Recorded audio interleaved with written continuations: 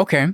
Well, how do we rethink 35? What are the alternatives? What do you suggest if because like you said at the beginning, 35 is problematic, right? So regardless of how we got here, it is currently problematic.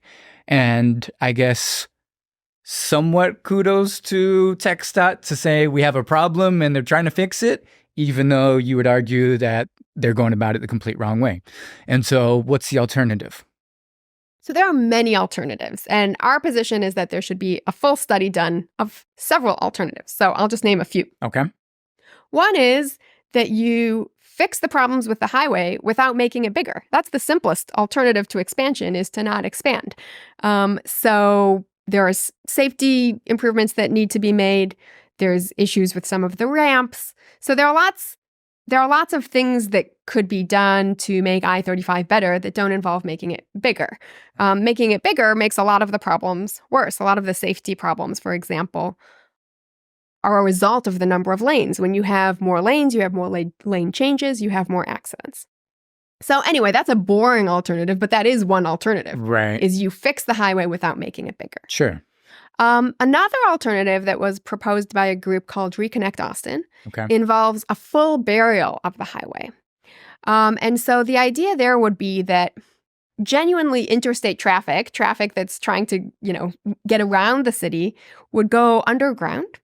And then the surface level would be an urban boulevard that you can build on top of. You can have, a regular street, essentially. Okay. So bury, like literally tunnel. Tunnel. Okay. Tunnel the highway. But don't we have like geological problems with trying to do that? I know, the Elon Musk boring project, right, was essentially that idea. Maybe not for the interstate, but for other traffic patterns.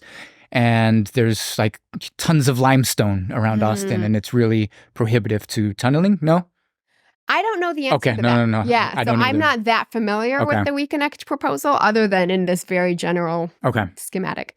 And then the Rethink 35 proposal is to basically reroute the interstate traffic onto existing highways around the city. So, many of the groups working on this understand that we need a place for people to drive who are, going from Mexico to Canada. Right. Because 35 goes from, was it Laredo to Minnesota or something? Yes. Right. Yeah. No, Exactly. It's literally just a massive corridor for a lot of transportation, right? Absolutely.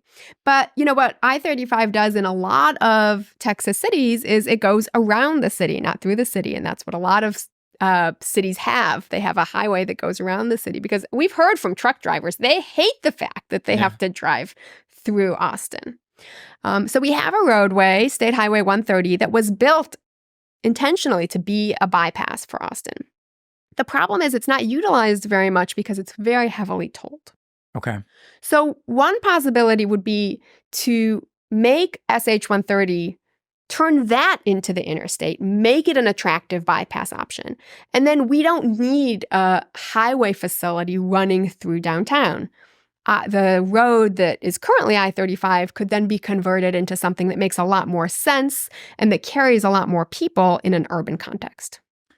Okay, so what does that look like when you say you want to encourage them to take SH 130 and say TxDOT is on board? Like, what's the reality of that? Are they reducing tolls for truck drivers? Kind of like, what are the mechanisms that would go into play?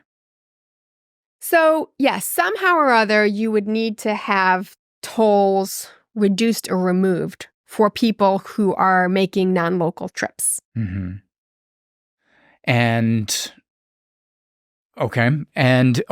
what's the reason for the tolls? That the tolls were kind of to pay back the people that built the road to begin with.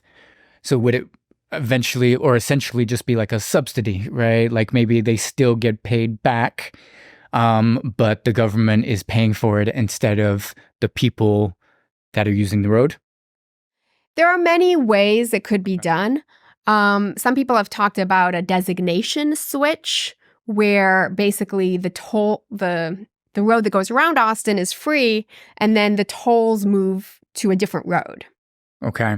But other things that could be done are, the state could essentially just buy out the debt on the tolls. That would still be less Right. expensive than the I-35. And so that's what I was going to say, right? Like how much are they is proposed for the I-35 expansion? It's close to $5 billion. $5 billion, Yes. right? And how much do they owe for the, SH-130? Probably less, right? Yes, absolutely. Okay. Yeah. So it would still be cheaper if they wanted to do that. But there's also creative things you could do. Like you could toll people who are making local trips, but make it free for people making non-local trips. And so there are other ways that the finances could be worked out. Right. And so that works for, say, truck drivers that are going cross country. But going back to our original at the beginning of this about me and you taking 35 on the way here, right? 130 would be way out of the way. Absolutely. Right. So how would that work? What would be the reality of that? Well, if we had an urban boulevard instead of I-35, I mean, we could have all kinds of forms of mass transit on it. We could have buses, we could have light rail, we could have, bike lanes. So that's one of the problems with highways through city is that they're actually not efficient at moving people like you and me across complex environments that cities are.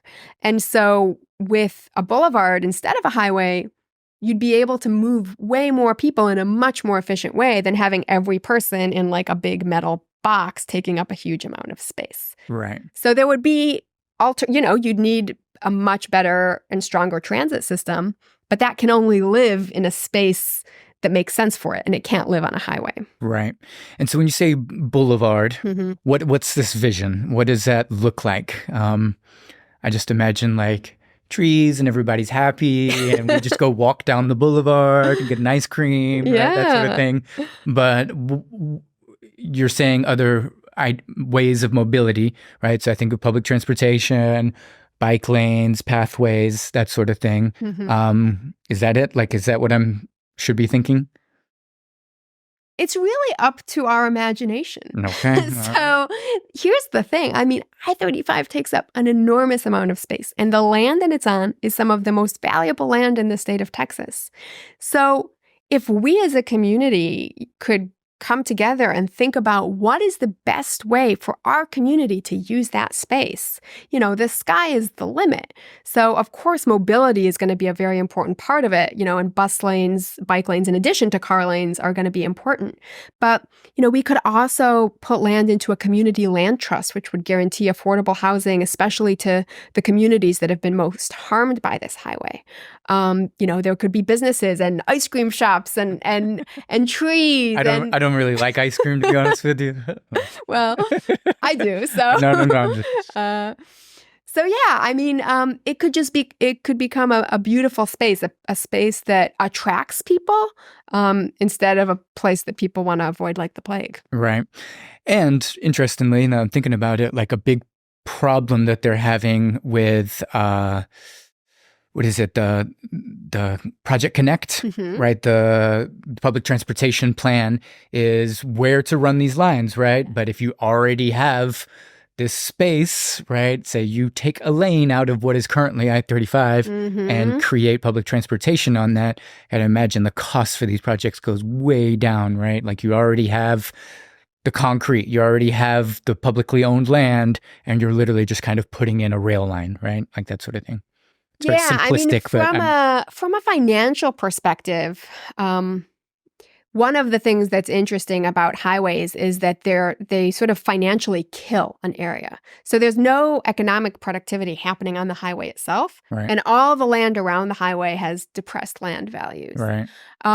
So one of the things is like if you had a boulevard with homes and businesses, it would generate a ton of tax revenue that we're not currently generating. And it could help pay for things like rail and better transit and all kinds of stuff. So there's a real, the Strong Towns movement actually makes a very strong economic argument against highways. The Strong Towns movement. Strong Towns, okay. Yeah. I'm sorry, go ahead. It creates there's a strong economic argument against highways and sprawl oriented development Right. because it's really not financially sustainable. Right. The developments that are happening very far out of the urban core don't generate enough tax revenue to pay for themselves or the roads or the pipes or all of the infrastructure that goes out there. Right. And so the current path we are on is not financially viable. Right.